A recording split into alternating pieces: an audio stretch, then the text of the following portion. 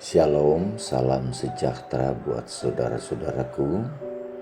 Renungan kita hari ini berjudul pekerjaan di bilik yang kedua. Ayat renungan kita hari ini terdapat dalam Ibrani pasalnya yang ke-9 ayat yang ke-7. Tetapi ke dalam kemah yang kedua hanya imam besar saja yang masuk sekali setahun, dan harus dengan darah yang ia persembahkan karena dirinya sendiri dan karena pelanggaran-pelanggaran yang dibuat oleh umatnya dengan tidak sadar. Mari kita dengarkan keterangannya. Selama 18 abad lamanya, pekerjaan pelayanan ini berlangsung di bilik yang suci. Darah Kristus dipersembahkan atas nama orang-orang percaya yang menyesal dosa-dosanya, mendapatkan pengampunan dan penerimaan mereka kepada Bapa. Namun dosa-dosa mereka masih tertulis di dalam buku catatan. Sebagaimana dalam upacara lambang ada pekerjaan pendamaian bagi akhir tahun, demikian juga sebelum pekerjaan Kristus untuk menebus manusia diselesaikan, ada pekerjaan pendamaian untuk memindahkan dosa-dosa dari tempat kudus. Inilah upacara yang telah dimulai pada waktu masa 2300 hari itu berakhir.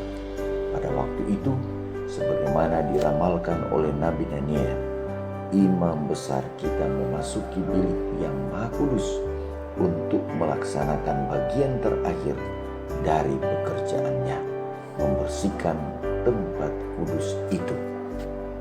Seperti pada zaman dahulu, dosa-dosa orang banyak oleh iman ditanggungkan ke atas persembahan karena dosa, dan melalui darah korban dipindahkan dalam lambang ke tempat kudus duniawi. Demikianlah juga pada perjanjian yang baru, dosa-dosa orang-orang bertobat oleh iman ditanggungkan ke atas Kristus dan dipindahkan ke dalam tempat kudus surgawi.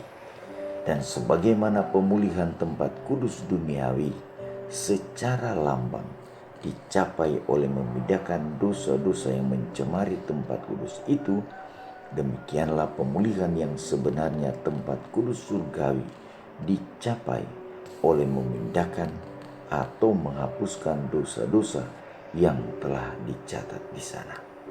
Tetapi sebelum ini dilaksanakan, harus dilakukan terlebih dahulu pemeriksaan buku-buku catatan untuk menentukan siapa yang berhak memperoleh manfaat pendamaian Kristus melalui pertobatan dari dosa dan iman kepada Kristus. Oleh sebab itu, pemulihan tempat kudus itu melibatkan pekerjaan pemeriksaan, pekerjaan penghakiman. Pekerjaan ini harus dilakukan sebelum kedatangan Kristus untuk menebus umatnya, karena bila ia datang, upahnya ada bersama-sama dengan dia yang akan diberikannya kepada tiap-tiap orang menurut perbuatannya. Wahyu 22 ayat 12. Dengan demikian, mereka yang mengikuti dalam terang perkataan nubuatan itu melihat bahwa sebagai gantinya datang ke dunia ini pada akhir masa 2300 hari pada tahun 1844, Kristus memasuki bilik yang maha suci dalam bait suci surgawi untuk melaksanakan pekerjaan penutupan dari pekerjaan pendamaian, persiapan kepada kedatangannya.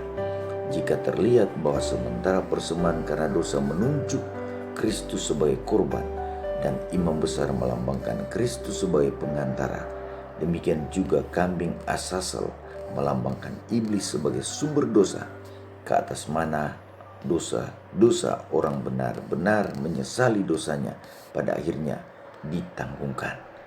Alfa dan Omega jilid 8 halaman 440 dan 441. Doa kita hari ini, Terima kasih Tuhan, oleh karena pekerjaan-Mu yang luar biasa di tempat atau di bilik yang maha suci.